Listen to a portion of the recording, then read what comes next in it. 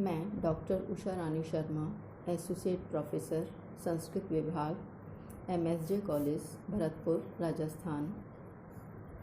बच्चों, आज हम BA तृतीय वर्ष विषय संस्कृत प्रश्न पत्र प्रथम के पाठ्यक्रमानुसार कठोपनिषद के प्रथम अध्याय की प्रथम वल्ली का अध्ययन करेंगे। इसके अध्ययन से पूर्व हमें इसकी संपूर्ण विषय वस्तु को जान लेना आवश्यक है, जिससे आगे पढ़ने में आपको आसानी होगी। सर्वप्रथम विषय वस्तु को संक्षिप्त में बताया जा रहा है। प्राचीन काल में वाजश्रवस नामक एक महर्षि थे।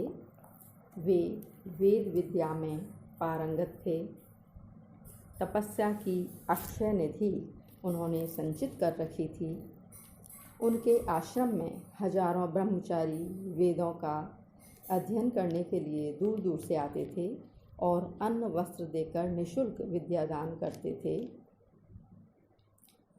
इस प्रकार महर्षि की अवस्था जब कुछ ढलने लगी, तब उन्होंने विश्वजित यज्ञ करके देवों को प्रसन्न करने का विचार किया। बड़े बड़े ऋषियों को बुलाकर और उनको यज्ञ ऋत्विक बनाकर महर्षि ने यज्ञ प्रारंभ किया। विश्वजित यज्ञ में सर्वस्व दान करने का शास्त्रों का नियम था। उसी नियम के अनुसार महर्षि वाजश्रवस ने भी अपना सारा धन ऋषियों को दे दिया। फिर उनके पास जो बूढ़ी गायें थीं, उनको भी ऋत्विजों को देने का विचार किया। ये गायें बिल्कुल वृद्ध थीं। उनके सब दांत टूट चुके थे और वे अब पानी भी पीने में कष्ट का अनुभव करती थीं। घास चरना तो वे कभी का छोड़ चुकी थीं तथा गर्भ धारण करने में भी असमर्थ थीं। महर्षि वाजश्रवस इनको अपनी संपत्ति समझते थे, इसलिए यज्ञ की समाप्ति पर ये गायें ऋत्विजों को इन्होंने देना शुरू किया। ऋत्विज इस प्रकार की वस्तु पाकर अत्यंत विस्मित थे और महर्षि वाजश्रवस के कार्य की मन ही मन निंदा कर रहे थे, परंतु महर्षि को कहने का किसी को साहस नहीं होता था। महर्षि के शाप से सब भय खाते थे। बेचारे मन मारे उन जराजीर्ण गायों को लिए जा रहे थे। महर्षि वाजश्रवस के एक छोटा सा लड़का था, जिसका नाम था नचिकेता। यद्यपि बालक बहुत छोटी अवस्था का था, पर था बड़ा मेधावी और विचारशील। उसे उन बूढ़ी गायों की दशा देखकर दया आ गई। उसने अपने मन में सोचा कि पिताजी इन बूढ़ी गायों को दान में देकर कौन सा पुण्य का काम कर रहे हैं।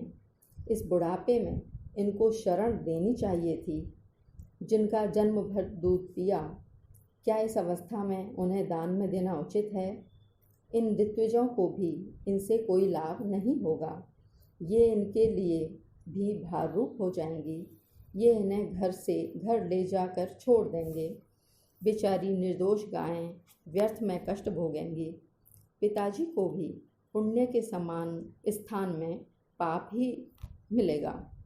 यूँ सोचकर वह बालक तुरंत अपने पिता के पास गया और उनसे आदरपूर्वक इस प्रकार निवेदन करने लगा, पिताजी, इन बूढ़ी गायों को आप क्यों इन ऋत्विजों को दे रहे हैं? मैं भी तो आपकी संपत्ति हूँ। क्या आप मुझे भी किसको देंगे? बालक ने इसी प्रश्न को अपने पिता से कई बार पूछा, परंतु पिता ने बालक को नादान समझकर उसकी बात पर ध्यान नहीं दिया। वे अपने कार्य में व्यस्त रहे। पिता से अपने प्रश्न का कुछ भी उत्तर न पाकर बालक की आत्मा को मन को बड़ी भारी ठेस लगी। उसने मन में सोचा, पिताजी इन मरणासन्न गायों को इन ऋत्विजों को दे रहे हैं। दान तो वास्तव में किया जाता है बहुमूल्य, प्रिय और काम में आने योग्य वस्तु का। इस प्रकार सोचकर उसने वही प्रश्न फिर किया। अब की बार महर्षि बालक की धृष्टता पर अत्यंत क्रुद्ध हो गए और बोले, तुझे देता हूँ मृत्यु को, अर्थात यमराज को। पिता के इस प्रकार के अप्रत्याशित उत्तर को सुनकर बालक आश्चर्य में पड़ गया और सोचने लगा, शिष्य और पुत्र 3 तरह के होते हैं, उत्तम, मध्यम और अधम। आज्ञा की प्रतीक्षा किए बिना अभिप्राय समझकर ही सेवा करने वाले उत्तम, आज्ञा पाने पर करने वाले मध्यम और आज्ञा पाने पर भी गुरु या पिता की इच्छानुसार काम न करने वाले अधम। मैं अधम तो कदापि नहीं हूँ, तथापि समझ में नहीं आता कि आखिर यम को मुझसे क्या कार्य है जो कि पिताजी ने मुझे यम को देने के लिए कहा। परंतु दूसरे ही क्षण उसका हृदय हर्ष से खिल गया और उसने पिता के इन वचनों को वरदान समझा। उसने विचार किया कि यमराज अध्यात्म विद्या के पारदर्शी हैं और सारे प्राणियों के शुभाशुभ कर्मों के साक्षी हैं। उन यम के दर्शन तथा उपदेश मुझको प्राप्त होंगे। तदनंतर वह पिता की आज्ञानुसार यमलोक के लिए सहर्ष चल दिया और वहां जा पहुंचा।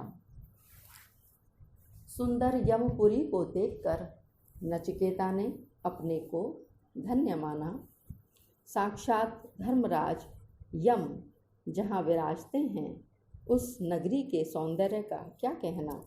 वहीं पर धर्मात्माओं को सद्गति में पहुँचाने तथा पापियों को नरक में डालने की व्यवस्था की जाती है और इस प्रकार यमराज सारे संसार को शुभ मार्ग पर चलने के लिए प्रेरित किया करते हैं। बालक नचिकेता यमपुरी के स्वामी धर्मराज यम का भवन पूछते पूछते उनके द्वार पर जा पहुंचा। यम के द्वार पर द्वारपाल पहरा दे रहे थे। उस भवन के अनेक दरवाजे थे। उसकी सुंदरता अवर्णनीय थी। बालक अत्यंत चकित हो उसकी सुंदरता देखने में लग गया। उधर उस बालक नचिकेता के अद्वितीय ब्रह्म तेज से द्वारपाल भी आश्चर्य में पड़ गए। उस बिन बुलाए आए अतिथि से द्वारपालों ने नम्रतापूर्वक प्रश्न किया, ब्रह्मचारी, तुम इस नगर में किस लिए आए हो? इस नगर में तो लोग जबरदस्ती बुलाने पर आते हुए कांपते हैं। तुम इतने प्रसन्न चित्त हो कि यहाँ पर बिना बुलाए ही आए हो। मुझे भगवान यम से मिलना है, नचिकेता ने विनयपूर्वक उत्तर दिया। द्वारपाल उससे बोले, भगवान यमराज कार्यवश अन्यत्र गए हुए हैं, अतः आप 3 दिन तक विराजें। चौथे दिन भगवान धर्मराज पधारेंगे, तब आप उनसे मिल सकेंगे। बालक नचिकेता द्वारपालों के मुख से यम की अनुपस्थिति का समाचार सुनकर अत्यंत खिन्न हुआ और यम के आने की प्रतीक्षा में बैठ गया। चौथे दिन प्रातःकाल ही यमराज आए और उस अपूर्व तेजस्वी बालक को दरवाजे पर खड़ा देख आश्चर्यपूर्वक बोले, ब्रह्मचारी, आप यहाँ कैसे? यहाँ तो बिना बुलाए कोई भी प्राणी आने का साहस नहीं करता है। आप इतनी निर्भयतापूर्वक इस नगर में आ गए हैं। ऐसा कौन सा मुझसे कार्य है जिसके लिए आपने यहाँ आने का कष्ट किया? मुझे खेद है कि मैं यहाँ पर था नहीं और आपको 3 दिन तक मेरी प्रतीक्षा भूखे और प्यासे रहकर करनी पड़ी। अतिथि का सत्कार करना मनुष्य का मुख्य कर्तव्य है। अतिथि जिस आशा से आता है और अतिथि का निराश होकर लौट जाना अत्यंत पाप का मूल है। अतः आप मेरे घर पर 3 दिन तक बिना खाए पिए रहे, यह मुझसे बड़ा अपराध हुआ है। मैं आपसे अत्यंत प्रसन्न हूँ।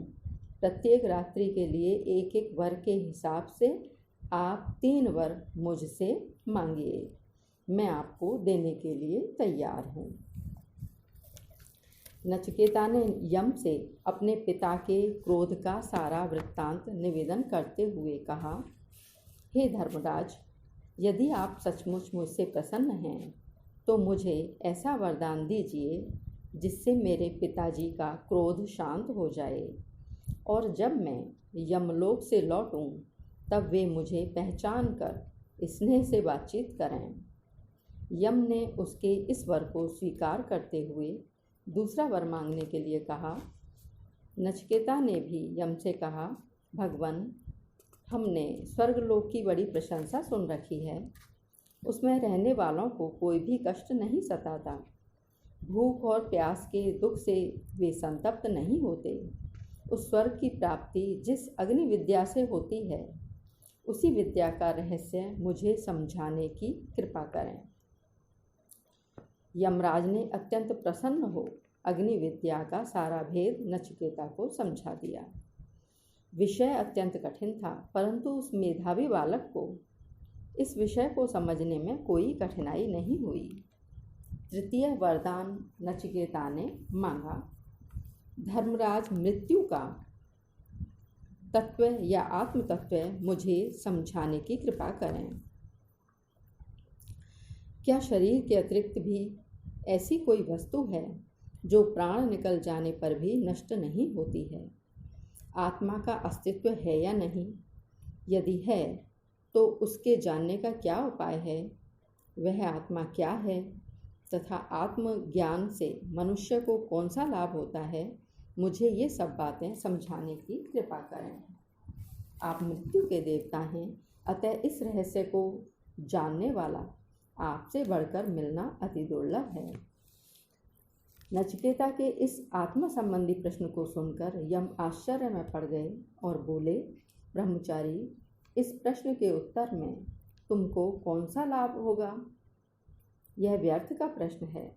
तुम्हें इसको जानने का व्यर्थ श्रम नहीं करना चाहिए। यह अति कठिन समस्या है। इसको जानना बड़ा कठिन है।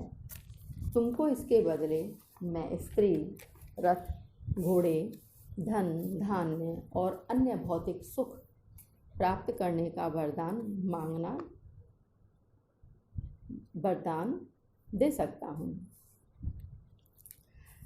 नचिकेता ने उत्तर दिया, भगवान, ये सुख क्षणिक हैं और बुद्धिमान इन सुखों को वास्तविक सुख नहीं समझता है। क्या नाशवान वस्तु भी कभी सच्चा सुख दे सकती है? सच्चा सुख तो शाश्वत वस्तु को प्राप्त करने पर ही मिल सकता है। ये भौतिक सुख आप किसी अन्य को दें। मुझे आपकी इन वस्तुओं की आवश्यकता नहीं है। मुझे तो आप आत्मज्ञान ही बतलाएं। नचिकेता के इस प्रकार के आध्यात्म प्रेम को देखकर यम अत्यंत प्रसन्नतापूर्वक बोले, ब्रह्मचारी, यह आत्मा शरीर से बिल्कुल भिन्न चीज है। मृत्यु के बाद भी जिस वस्तु की स्थिति बनी रहती है वह है आत्मा। उसका कभी नाश नहीं होता। शरीर के नाश होने पर भी वह नष्ट नहीं होती है। संसार के नानात्व में एकता स्थापित करने वाली आत्मा ही है। यह बड़ा गहन महत्व है। देवता भी इसके विषय में निश्चयपूर्वक कुछ नहीं बता सकते। यह सत्य, चित्त और आनंद रूप है। इसको कभी कोई सुख और दुख नहीं सताते हैं। जब तक मनुष्य को इसका ज्ञान नहीं होता तब तक वह अज्ञान में फंसकर संसार के दुखों को भोगता रहता है। नचिकेता इस गूढ़ रहस्य को पाकर अत्यंत प्रसन्न हो आत्मज्ञान में लीन हो गया। ये है इस कठोपनिषद के प्रथम अध्याय की प्रथम वल्ली का सार। आज का गृह कार्य है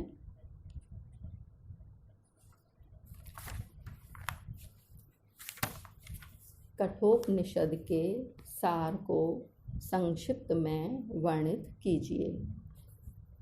आगे भी हम कठोपनिषद के जो मंत्र हैं उनका ही अध्यापन कराएंगे व्याख्या सहित।